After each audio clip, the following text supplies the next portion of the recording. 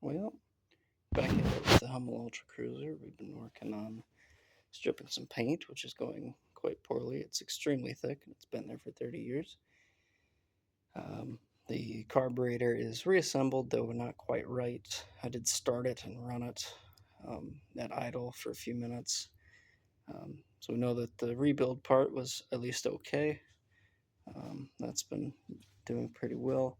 Got a bunch of things cleaned up on the inside, a bunch of dirt and crap that was built up. So now I've just got some little ancillary loose stuff that I gotta vacuum out of there yet. There's some of that paint, but I'm getting after it here. I found a fairly hefty crack in the tail section that goes out to mount the elevator rudder to, so I'm working with Hummel to see if I can get one of those. But all the old parts out right there, and what the new parts look like. These are absolutely beautiful. Obviously, I'm at a point to which I've physically run out of things to do because of my change of plans here. So we now have the opportunity to clean out some dirt and dust and a couple of leaves and stuff on the inside without having to crawl on this thing upside down. I'm also going to take the time to inspect a few things on the inside for stuff like corrosion and whatnot. I'm also going to add, seeing as somebody was so very, very kind and drilled some extra holes in here, I'm going to make, out of some of the leftover parts that I have, I'm going to make real small, really, really small angle brackets to reinforce this just a hair. I'm sure that somebody else has done that before, but I'm going to run one of those all the way out, all the way down that edge. So I obviously have the turtle deck here, so I can line up previous holes to the turtle deck and all of that good jazz. So I can have fewer holes, hopefully, at the end of the day. But get a couple of little brackets made to do that. She's a little nose heavy, so my counterbalance is a old Detroit diesel blower. Why I have that, don't ask me. But yeah, we got a couple of things done. Honestly, I was hoping that $2,500 worth of parts would have lasted more than about 4 hours. I don't know if that's my work ethic or if this project really wouldn't take, 200-300 hours, 400 hours to build one. So I do have a bunch of cleanup to do on the interior. There's a lot of dust, a lot of like like rain dirt, right? So like dust that blew in while it was condensating or something like that. But clean up some of that, get some of that repolished, re-cleaned up, get the rest of the paint off, which if anybody's got any idea other than paint stripper that won't destroy the metal, that'd be fantastic. The new wheels are at least mounted. They are fantastic. They're 11.5 inches tall, 6 inches wide.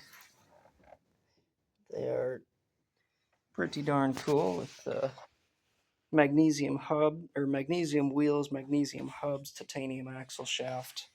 I did quite a bit of learning with my little Chinese lathe, doing threads and cutting this to size on a Chinese, $150 lathe was quite a bit of fun actually. I found it as quite a fun challenge, but this one has to go on the other side. This side is the titanium axle. Obviously, I'm still working out brakes. Just found some knowledge about mountain bike brakes. Apparently, they make them with an actual aluminum rotor. So, like the wear surface is aluminum, the mounting is all aluminum, everything's aluminum. So, you can have two of those for the price of one steel one in weight. That obviously money's involved there, so I'm going to justify how much I want to spend on that at that point. But it's definitely coming along. Once I have from bulkhead, let's see, is that E? I think that's E, E2, and F. The tube and a couple of the little mount plates. I can get the tail of this thing back together. and put all of these parts on, get obviously the rest of the clecos out, get it all riveted together, kiss all this stuff goodbye, and yeah, and then we'll be on to fuel tank cover, instrument panel, engine cover, which I still have the original parts and pieces for the original engine cover. I might try to do it as like a 2-piece instead of like an 8-piece system. I doubt that'll save weight, but it'll at least make me feel good. I can say that that prop is downright scary. It is not balanced very well. It is. I pulled it apart, took a quick look at it before I idled the engine, and a couple of those blades are from 1999. One of them's from 2000, and they're not all the same weight. That's an Ultra Prop 1. So whatever they say about, at least in this specific case, whatever they say about not needing balance because they all came out of the same mold is debatable. So I did get my hands on some gear oil. I have not continued with the lightning on the head yet. I do need to do that at some point.